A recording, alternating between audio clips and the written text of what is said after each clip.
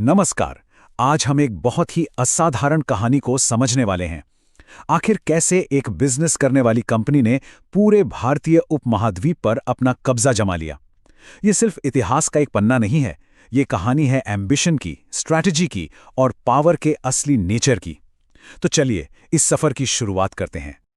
तो सबसे बड़ा सवाल यही है, एक कंपनी जो सिर्फ मुनाफे के लिए बनी थी, वो इतना बड़ा साम्राज्य कैसे जीत लेती है।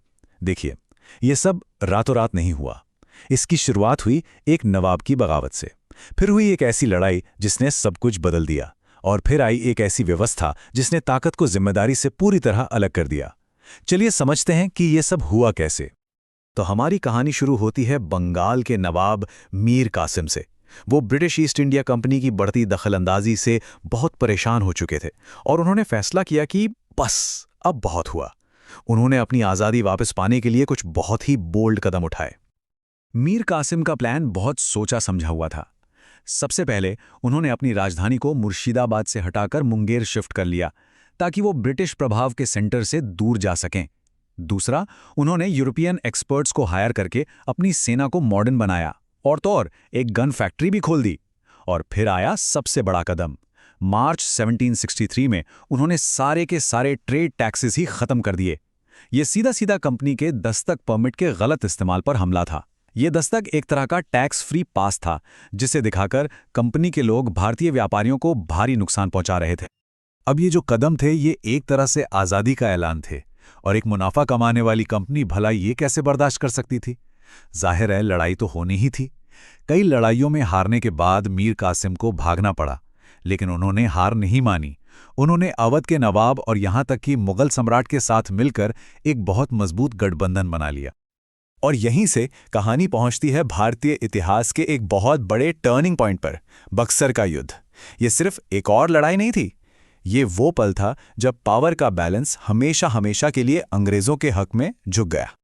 देखिए, 7 साल पहले जो प्लासी की लड़ाई हुई थी, वो धोखे और साजिशों से जीती गई थी। लेकिन बक्सर की लड़ाई एक असली मिलिट्री जीत थी। यहाँ कोई पॉलिटिकल सेटिंग नहीं थी, बल्कि ये ब्रिटिश सेना की बेहतर स्ट्रैटेजी, डिसिप्लिन और लीडरशिप का नतीजा था, जिसने उन्हें भारतीय शासकों की मिलीजुली सेना पर एक तरफा जीत दिलाई। 22 अक्टूबर 1764 हेक्टर मुनरो की लीडरशिप में कंपनी की सेना ने मीर कासिम, अवध के नवाब शुजा-उद-दौला और खुद मुगल सम्राट शाह आलम द्वितीय की कंबाइंड आर्मी को हरा दिया। ये एक बहुत बड़ी डिसाइसिव जीत थी। सोचिए, मुगल सम्राट का हारना, इसका मतलब था कि अंग्रेजों ने अब खुद को सिर्फ बंगाल में नहीं, बल्कि पूरे भारत में एक अनमैचेबल मिलिट्री पावर के तौर पर साबित कर दिया था। बक्सर जीतने के बाद कंपनी ने बंगाल में एक नया, बहुत ही चालाक और उतना ही तबाहकुन सिस्टम लागू किया। इस सिस्टम को कहा गया द्वैध शासन, यानी डायार्की, और इसे बनाया ही गया था सिर्फ और सिर्फ शोषण करने के लिए। द्वैध शासन यानी दोहरा राज, ये एक ऐसा सिस्टम था जिसमें अधिकार और जिम्मेदारियां, पावर और रिस्पॉन्सिबिलिटी को जानबूझकर अलग कर दिया गया था। इससे कंपनी को बिना किसी जवाबदेही के पूरा कंट्रोल मिल गया, जबकि सारा बोझ वहां के लोकल शासक पर डाल दिया गया। यह सिस्टम देखिए कितना क्लेवरली बनाया गया था। कंपनी के पास थे दीवानी अधिकार, मतलब सारा पैसा, टैक्स और रेवेन्यू इकट्ठा करने की पावर और सेना पर पूरा कंट्रोल। और नवाब के पास थी सिर्फ जिम्मेदारियां, प्रशासन चलाना और लॉ एंड ऑर्डर बनाए रखना। लेकिन मजे की बात यह थी कि इन कामों के लिए उनके पास ना तो पैसा था, ना ही सेना। यह सिस्टम तो फेल होने के लिए ही बनाया गया था। और इस क्रूर सिस्टम की जो मानवीय कीमत थी, वो तो हिला देने वाली थी। 1770 में बंगाल में एक भयानक अकाल पड़ा। अंदाजा है कि इस दोहरे शासन के दौरान बंगाल की लगभग 1/3 आबादी, यानी लाखों लाख लोग मारे गए। और सबसे ज्यादा चौंकाने वाली बात जानते हैं क्या है? जिस वक्त लोग भूख से मर रहे थे, उस वक्त ईस्ट इंडिया कंपनी ने अपना टैक्स कलेक्शन और भी ज्यादा बढ़ा दिया था। ये इस बात का सबसे बड़ा सबूत है कि यह सिस्टम कितना बेरहम था। इसका मकसद शासन करना था ही नहीं, इसका मकसद सिर्फ और सिर्फ मुनाफा कमाना था, चाहे उसकी इंसानी कीमत कुछ भी हो। ब्रिटिश इतिहासकार पर्सिवल स्पीयर ने इसे बिल्कुल सही शब्दों में बयां किया है जब उन्होंने इसे खुली बेशर्मी और पूरी तरह से लूट खसोट का युग कहा। यह उस दौर का एकदम सटीक और क्रूर सच है। अब बंगाल तो पूरी तरह से कंपनी की मुट्ठी में था, तो उन्होंने अपनी नजर दूसरे ताकतवर दुश्मनों पर डाली। उनका अगला टारगेट था दक्षिण का शक्तिशाली मैसूर राज्य, जिसे पहले हैदर अली और फिर उनके मशहूर बेटे टीपू सुल्तान चला रहे थे। मैसूर को जीतना एक लंबी और मुश्किल लड़ाई थी, जो 30 सालों में 4 अलग-अलग युद्ध तक चली। पहले युद्ध में हैदर अली ने अंग्रेजों को संधि करने पर मजबूर कर दिया। दूसरे युद्ध का कोई खास नतीजा नहीं निकला, लेकिन तीसरे युद्ध में टीपू सुल्तान हार गए और उन्हें अपना आधा राज्य देना पड़ा। और आखिर में 1799 में चौथे युद्ध के दौरान टीपू सुल्तान लड़ते लड़ते मारे गए और मैसूर का राज्य खत्म हो गया।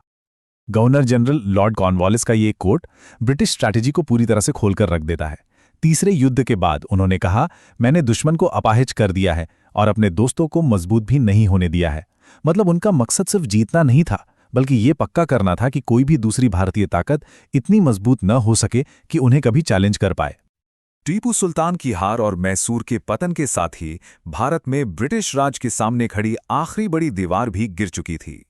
जो सफर एक ट्रेडिंग कंपनी के तौर पर शुरू हुआ था, वो अब एक पूरा साम्राज्य बन चुका था। और इस एहसास को गवर्नर जनरल लॉर्ड वेलेस्ली से बेहतर किसी ने बयां नहीं किया। 1799 में मैसूर पर आखिरी जीत के बाद उन्होंने ऐलान किया, पूरब का साम्राज्य अब हमारे कदमों में है। ये बयान उनकी पूरी यात्रा का निचोड़ था, व्यापारियों से शासक बनने का सफर। और ये कहानी हमें आज भी एक बहुत ही गहरे और रेलेवेंट सवाल पर लाकर खड़ा कर देती है। क्या होता है जब एक कॉरपोरेशन को एक देश की ताकत मिल जाती है, जब मुनाफे का मकसद शासन करने की जिम्मेदारी पर भारी पड़ जाता है? ये एक सोचने वाली बात है। आज के लिए बस इतना ही।